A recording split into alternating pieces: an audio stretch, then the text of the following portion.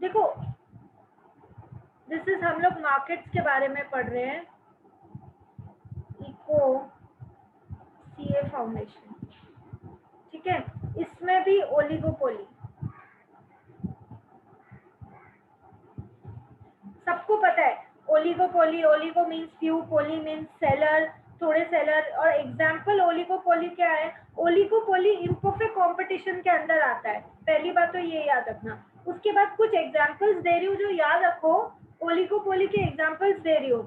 Cold drinks industry, automobile industry, telephone जैसे idea, Airtel, Hutch, BSNL, जियो, ये जो mobile services है वो, या फिर टी इंडस्ट्री, है ना। तो ये सब ओलिगोपोली में आती है। ये चीज जो है अभी जो बोली वो ध्यान रखना।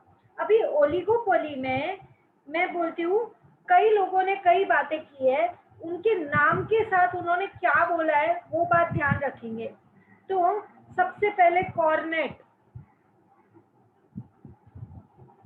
Cornet considers output is the firm's controlled variable and not price. Cornet वो था, देखो सब जने ओलिगोपोली को अपने हिसाब से डिफाइन करते हैं। ओलिगोपोली मतलब कुछ फर्म्स जो हैं जो पूरा मार्केट को ड्राइव करती हैं, ठीक है। तो कॉर्नेट हुआ, बेटलैंड हुआ, इसका भी मॉडल आता है।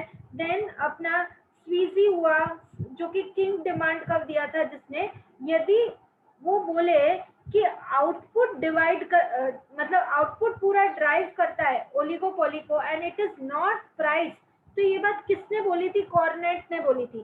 तो लिखो, कॉर्नेट कंसीडर्स आउटपुट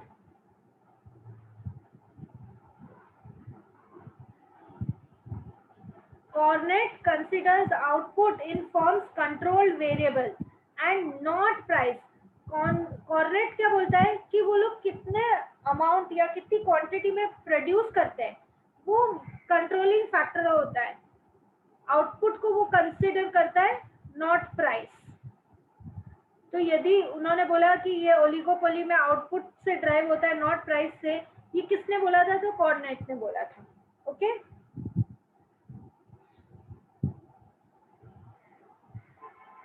ओके। अभी एक और मॉडल है गिवन बाय, लिखना नहीं तो भूलना निश्चित है तुम्हारा, model given by STACK, stack, STACK ELBERG, Stackelberg. इसने क्या बोला था? लीडर फर्म, एक फर्म होती है जिसको सब जने लीडर मानते हैं। Leader firm commits to an output before all other firms, मतलब एक लीडर फर्म है जो बोलती है कि हम इतना आउटपुट बनाएंगे, वो अपना आउटपुट कमिट कर लेती है। The rest firms follow it and choose their own level of output. तो ये जो स्टैकलबर्ग है ना, वो क्या बोलता है कि एक लीडर फर्म होती है, वो लीडर फर्म अपना आउटपुट कमिट कर देती है और उसके बाद दूसरी फर्म्स उसको फॉलो करती हैं और फिर अपना लेवल ऑफ आउटपुट चूज करती हैं। ये बात किसने बोली थी? स्टैकलबर्ग ने। ये सब चीजें मिस सब नाम याद करने हैं क्या? हाँ हाँ हाँ, याद करने, याद करने। मिस बट वो लोग ऐसा पूछेंगे क्या स्टाकलबर्ग ने क्या कहा? नहीं नहीं नहीं, वो ऐसा पूछेंगे कि according to whom do you think that there is a leader firm who commits output and all the rest firms follow him and choose their own output। फिर वो चार ऑप्शन में दे सकते हैं, कॉर्नेट दे दिया, स्टैकलबर्ग दे दिया, पिगू दे दिया और से स्वीजी दे दिया। तो तुमको ये बात याद होनी चाहिए कि स्टैकलबर्ग ने ये बात बोली थी। ओके हाँ मिस। नेक्स्ट, एक और आदमी का नाम लिखो,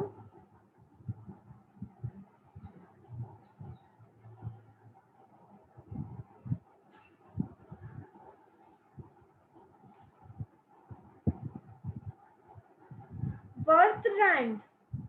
इसने एक मॉडल बनाया था, वो क्या बोलता था? Bertrand model states price is the control variable. देखो, कॉर्नेट ने बोला था output is the control variable not price. Bertrand ने क्या बोला? बर्ट्रैंड मॉडल ने क्या बोला? Price is control variable.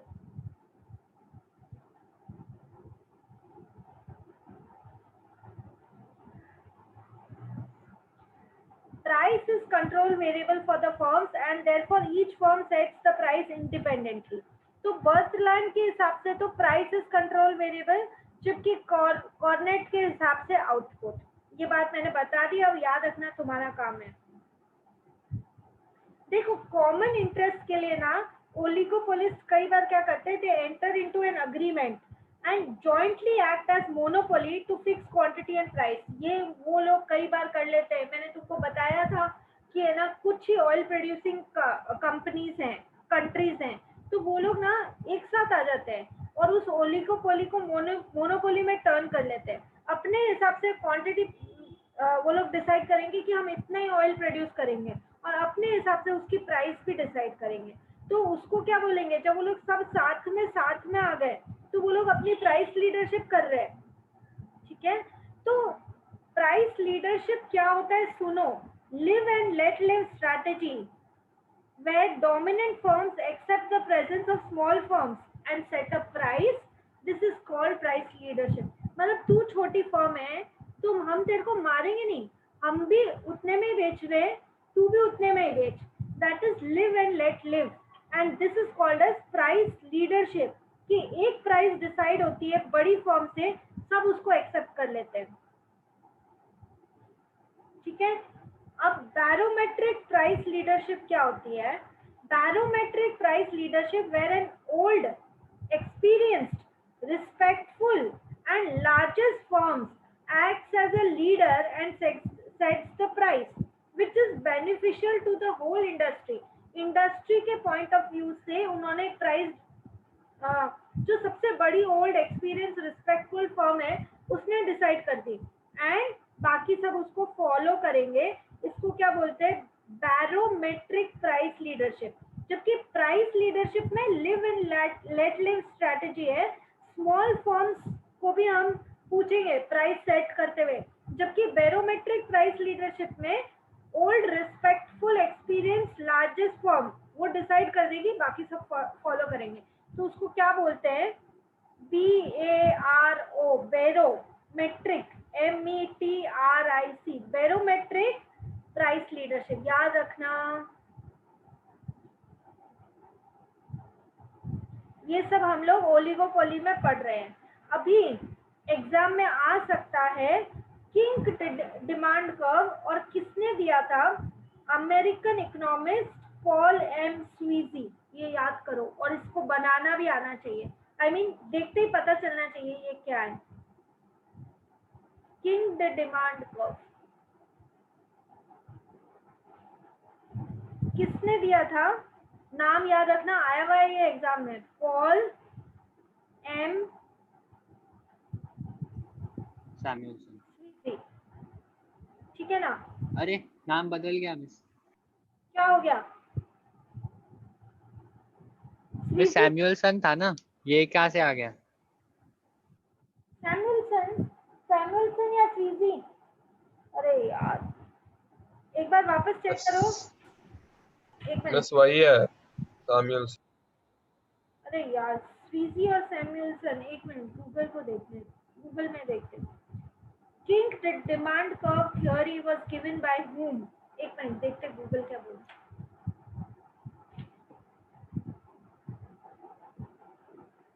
अरे यार ये गूगल तो स्वीजी बता रहा है, एक बार टेक्स्ट बुक वापस चेक करेंगे अपन। American economist Sweezy came up with the kinked demand curve hypothesis, Google में यही बता रहा है। तो दूसरे वाले ने क्या किया है, मिस एक पॉल सैमुअलसन भी था ना, इसके लिए। एक मिनट देखते हैं, पॉल सैमुअलसन।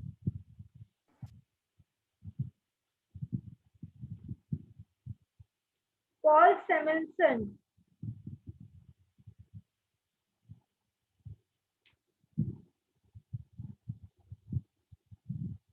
थ्योरी इसकी क्या थी।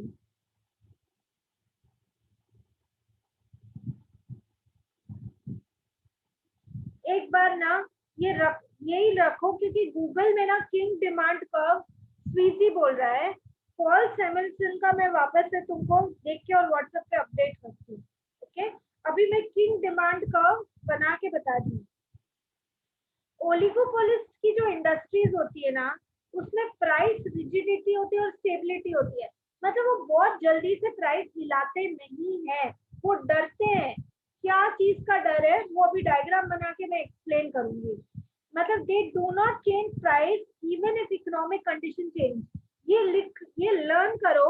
ओलिगोपोली एक ऐसी सिचुएशन है जिसमें थोड़ा बहुत इकोनॉमिक कंडीशन चेंज होती है ना, तो भी वो प्राइस नहीं हिलाते, क्योंकि एक तरह का उनको डर है। क्या डर है अभी हम समझते हैं।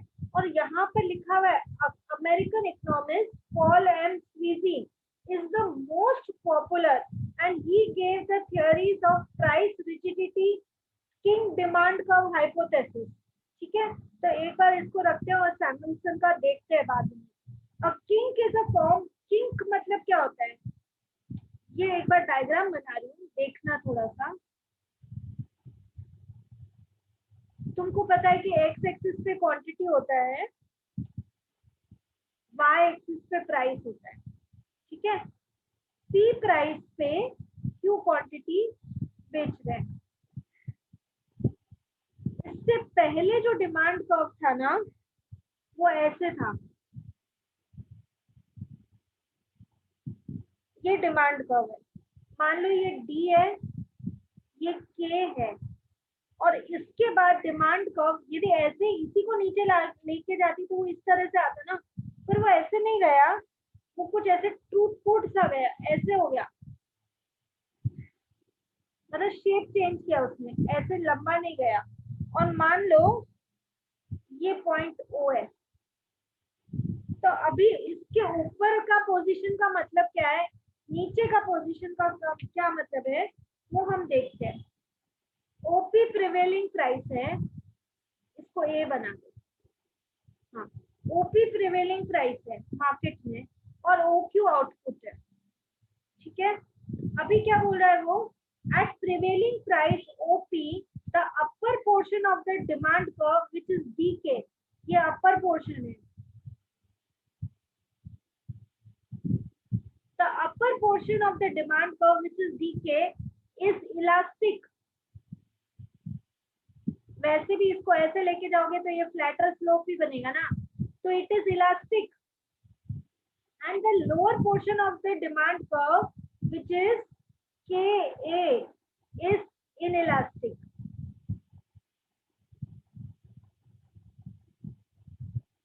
बिकॉज ये वाला जो है ये तो स्टीप है, और ये वाला जो है इलास्टिक बोल रहे हैं, वो तो फ्लैट है।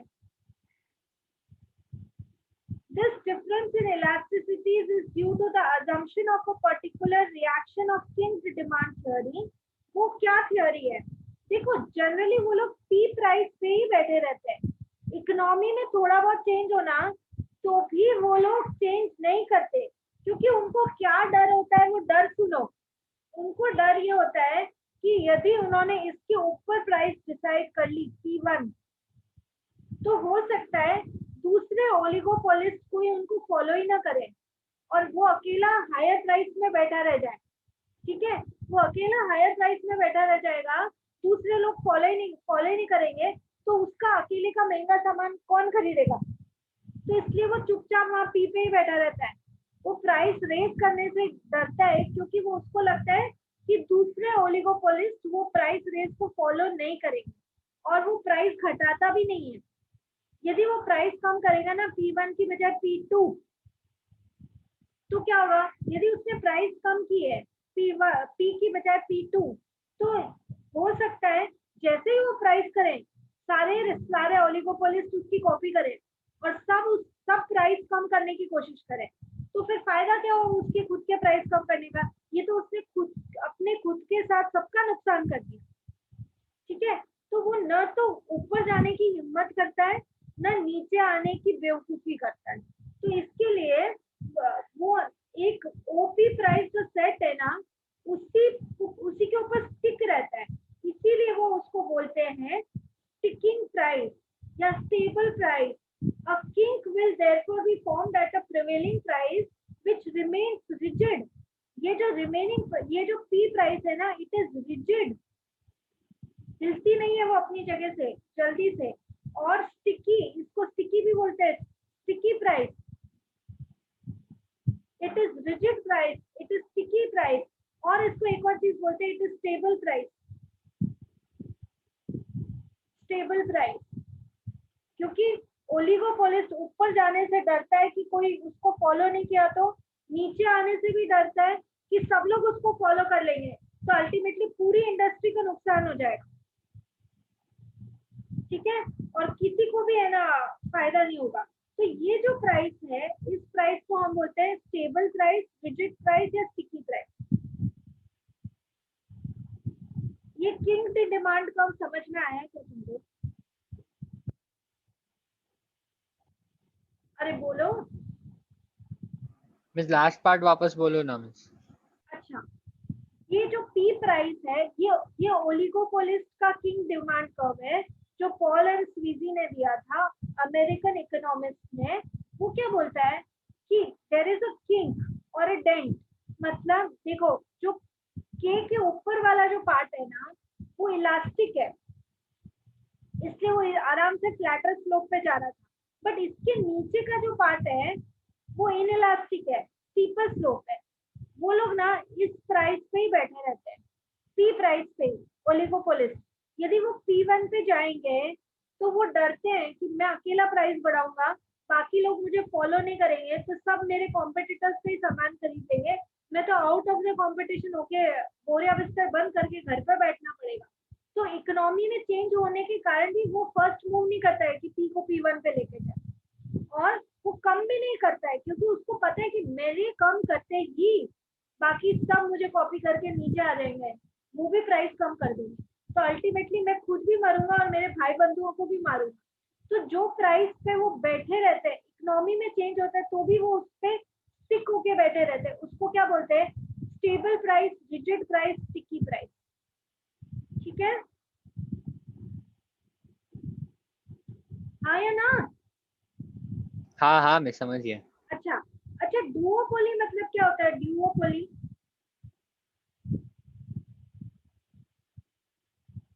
डुओपोली बस मतलब ये सेलर्स। हाँ, डुओपोली मतलब in which there are two firms. ये थोड़ा सा देख लो, डुओपोली टू फॉर्म्स।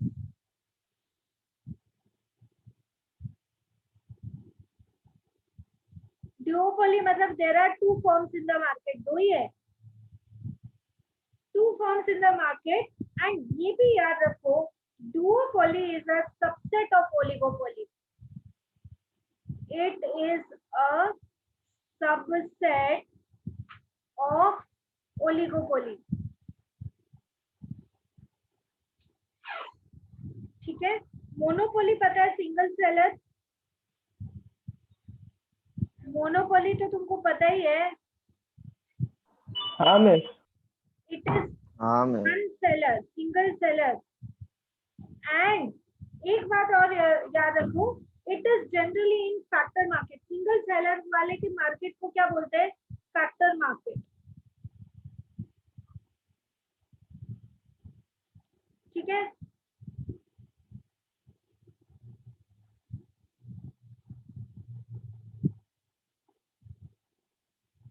हाँ नेक्स्ट लिखो, बाइलेटरल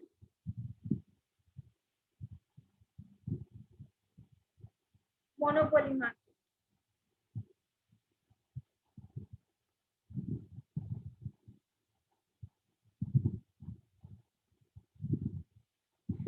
ये बायलैटरल मोनोपोली मार्केट का मतलब क्या है? Single buyer and single seller.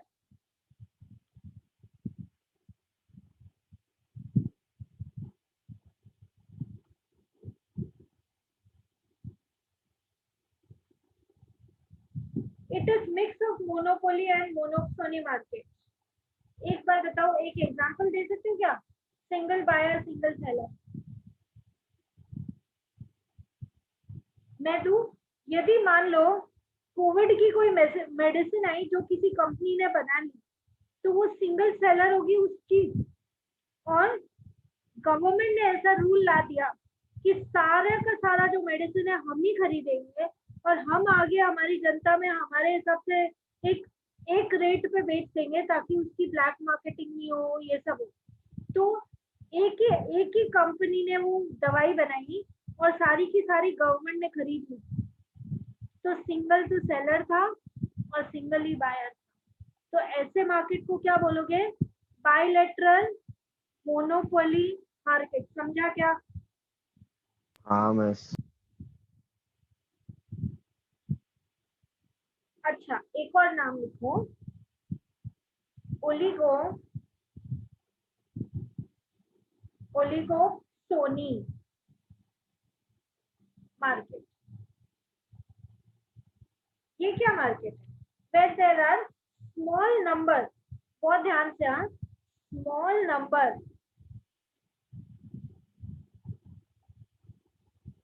of small number of large buyers.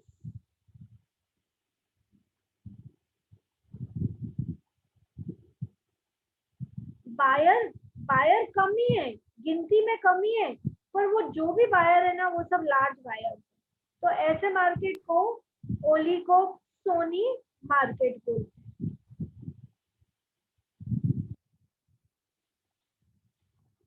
याद मिस रख, एग्जाम्पल दो ना। a small number of large buyers, small number of large buyers, कौन कहाँ हो सकता है ये? ओलिगोसोनी मार्केट। हाँ, हो सकता है कि जो, हाँ सुनो, यदि यहाँ पर हम बोलते ना कि आसाम, दार्जिलिंग और एक जगह और, बस यहीं पे चाय उगती है और कहीं नहीं उगती, तो कुछ लोग वो सारी चाय खरीद लेते हैं। They are small number but they are large buyers of that tea, तो वो ओलिगोसोनी मार्केट है।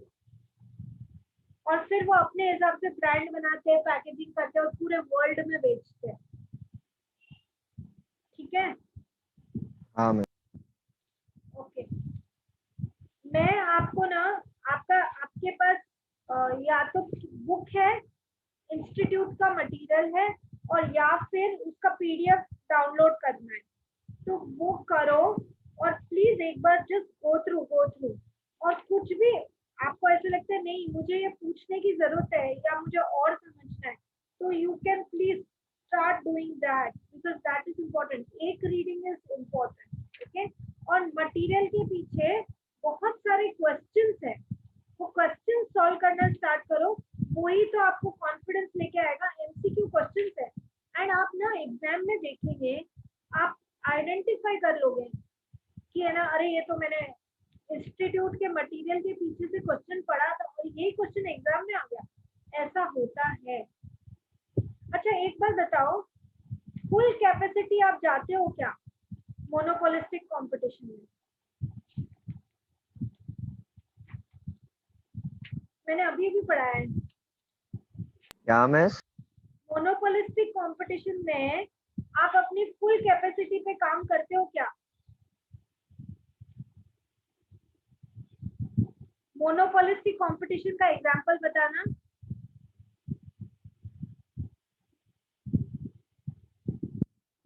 एग्जाम्पल तो शैम्पू, सोप। हाँ, फुल कैपेसिटी पे काम करते हो क्या मोनोपोलिस्टिक कंपटीशन में? फुल कैपेसिटी पे काम करते हो क्या? मिस फुल कैपेसिटी मतलब?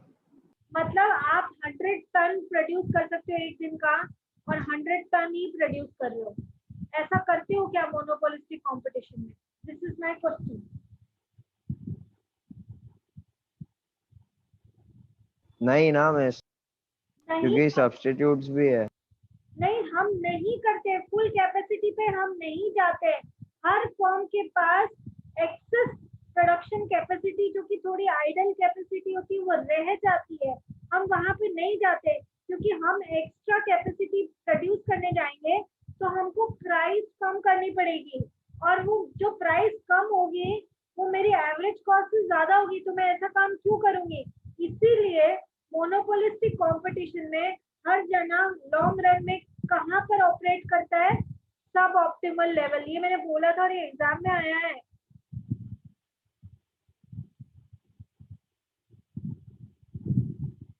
सब ऑप्टिमल लेवल पे जाता है। देखो, जो मार्केट्स का टेस्ट है वो सैटरडे को होगा। आज मंडे ही है, सैटरडे को होगा। तो आप प्लीज डाउनलोड करिए वो पीडीएफ एंड पढ़ना स्टार्ट करिए। उसके पीछे क्वेश्चंस भी हैं, वो क्वेश्चंस भी सॉल्व करिए। एक 30 मार्क्स का टेस्ट होगा आपका 30 मिनट्स का उसके अंदर। ठीक है, मेरी तरफ से ये चैप्टर कंप्लीट हो गया है, forms of market. Okay, yes, हाँ बोलो। तो ओलिगोपोली और मोनोपोलिस्टिक का ग्राफ नहीं है? कि ओलिगोपोली में किंग डिमांड कर्व था जो मैंने बता दिया, और ग्राफ सेम ही है, वही है, प्रॉफिट है।